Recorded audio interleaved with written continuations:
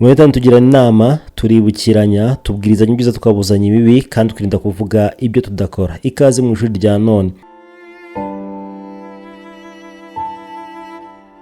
Mu ishuri rya none nyemera twigane ubundi nkundire dusubukura inyuma y'akisi twashyizeho ejo hashize mu isomo riheruka. Yibyariye umwanzi nawe amugira umwanzi, umuturanyi wa rwango ni rwango. Nyemera twigane unkundire tugendane. Nakomeje kwitegereza ndeba homba, yewe ndebuzwa no mu ngo z'abandi, ngereranya bamwe n'abandi, maze mbona ko ari n'imiryango ibana bubandi. Ibyago nagize, agahinda nagize, amarira nagize, ni ukubona ibyo ntakunze, ariko kandi sinakirengagiza ko ari n'amahirwe nagize kuko narize, byaranyigishije. Nyemera nawe dukomeze twigane. Yibyariye umwanzi nawe amugira umwanzi, umuturanyi wa rwango ni rwango. Ese ni inkuru nziza bingana iki ko umubyeyi yashimishwa no kuvuma umwana we? None se ubundi biterwa n'iki ngo umubyeyi iminsi yose atoteza abana be? Imvugo mbi ziba ibiribwa bya buri munsi, nta na rimwe cyangwa se ntakabije gake cyane aribwo yishima imbere y'abana be, hanyuma ahandi akishimira batarabe, akabatakagiza. Abatakagiza n'ubundi nabo ubwabo aho iwabo nabo badashimwa. Ahamageze byaranshanze, nakomeje kubyibazaho, nabyo kumfungukira ngo mbisobanukirwe biranga. Natangiye kugira ubwoba, ndibaza nti ahari se ababyeyi bamwe na bamwe sibo banzi b'abana babo bibanze batabizi. Ubwoba bwahise bwiyongera, ndavuga nti ese byambaho? Umwanzi wanjye yazaba umwana wanjye, uyu utanga urubyaro azamunyime. Ariko disi isi tubamo ni ishuri gusa, isi yuzuye amasomo. Nazengurukije amaso mbona ababyeyi barwanirira abana babo, mbona ababyeyi byose bakora baba baharanira ubuzima bwiza bw'abana babo, banapfa ku bwabo, ntibaryama ku bwabo. Abo babyeyi imyumvire yabo bumva ko byose bakora bagomba guha umurage mwiza abana babo. Ibyo mbibonye nongeye kugira icyizere maze ngira n'ibyiringiro, ariko ubwoba ntibwashize, bwaragabanutse.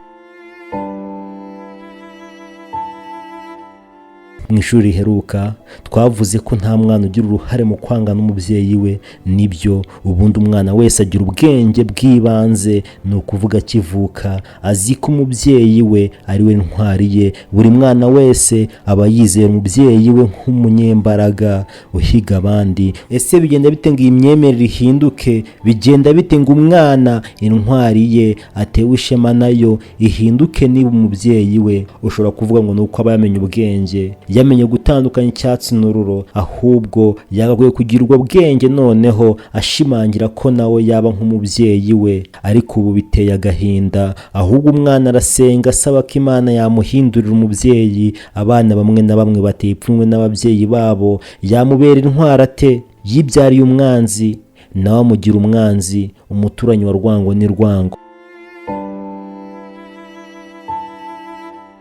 Impamvu ya byose ni uko umwana yubaha, yatojwe kubaha abakuru. Umukuru wa mbere ni umubyeyi we, ariko ikosa ikiremwamuntu cyaguyemo ni ukubona umwana ushyamiranye n'umubyeyi, ikosa rigahita rijya ku mwana. Nibyo ikinyabupfura twatojwe, twigishijwe, twabwiwe kubaha abakuru. Ese abakuru bigira he kwigishwa kubaha abato? Bigishwa nande? Abana bato, ndi mwarimu wanyu, mwubaha abaruta, barangajwe imbere n'ababyeyi banyu. Ariko n'abakuru babubahe, hakenewe ubwubahane. Ibi nibiba umuntu azakura yubaha umuruta, ariko nawe yubaha uwaruta, kuruta kwihimura byo gushaka icyubahiro. Reka nkugarure mu rugo hagati y'umubyeyi n'umwana.